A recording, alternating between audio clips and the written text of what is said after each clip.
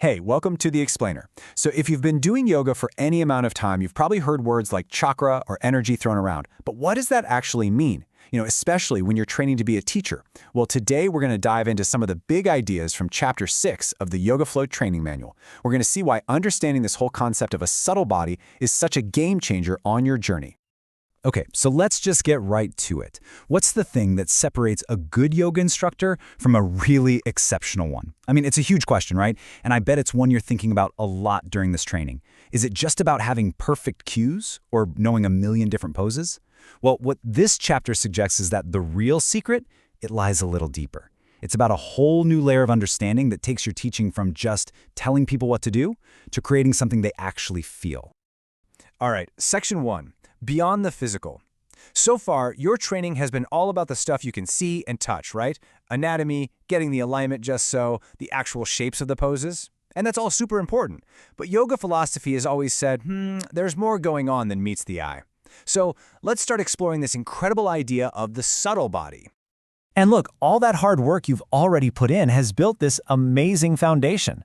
I mean, you've mastered sun salutations, you've dug deep into the philosophy, and none of that was for nothing. That physical and mental groundwork is absolutely crucial because it's what gets you ready for what comes next. And you can see how it all fits together, right? Your whole training path has been laid out super intentionally. Each step builds on the one before it. We didn't just throw you into the deep end. And it's only now at step 6, after you're totally grounded in the physical and the philosophical stuff, that we start to bring in this whole energetic layer. That order, that's the key to making it all click. Okay, let's get into it. Section 2, the energetic blueprint. Think of it like this. If your physical body is the hardware, this is the software running in the background. It's like the invisible architecture of who we are, at least according to yogic tradition. It's this whole system that kind of hums along just beneath the surface. And it's built on two main ideas you're about to get to know really well. The chakras and something called energy anatomy.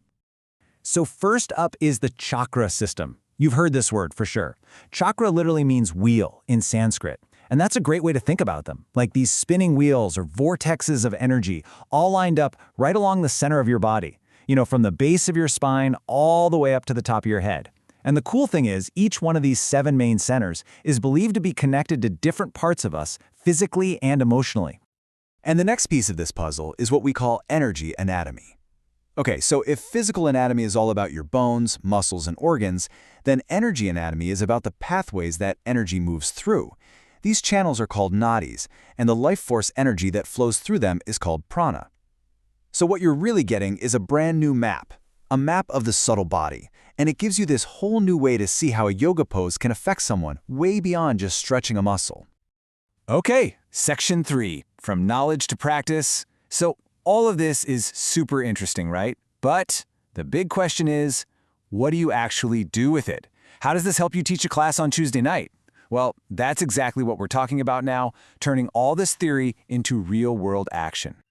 And that's the whole point of Chapter 6. It's designed to be that bridge. Because look, this stuff is not meant to just be, abstract information you memorize for a test. It's about taking that knowledge and using it. So for example, knowing that a pose like, say, camel pose opens the heart chakra isn't just a fun fact. Nope, it becomes a powerful tool in your teaching toolbox. It means you can now build an entire class themed around creating openness or compassion. And check this out. It works in 2 incredible ways. First, it completely changes your own personal practice. Seriously. You start to feel your own breath, your own movement, in a way that's so much deeper. But then, and this is the really exciting part for you as a teacher, it totally elevates your teaching.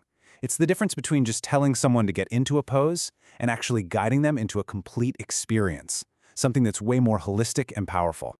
Which brings us right back to where we started. Section 4, teaching with energy. Because ultimately, this isn't just about collecting cool facts. It's about becoming that exceptional teacher we were talking about right at the beginning.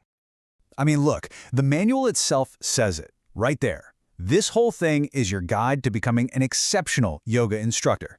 Every single chapter, and especially this one, is a piece of that puzzle. And honestly, understanding this subtle energy stuff, that's one of the biggest things that separates the good from the truly great. And this is probably the most important shift in thinking you'll make. It's the difference between instructing a pose and guiding an experience. See, any good instructor can tell you how to do Warrior Two, right? Bend your front knee, arms out. But an exceptional instructor, they can help you feel the grounding energy pulling down through your feet and at the same time feel that expansive energy shooting out through your fingertips.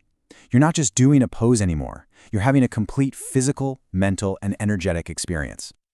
So as you really dive into this chapter, this is the question I want you to hold on to. It's not just about what you're going to learn. It's about how you're going to take this understanding, embody it yourself, and then share it.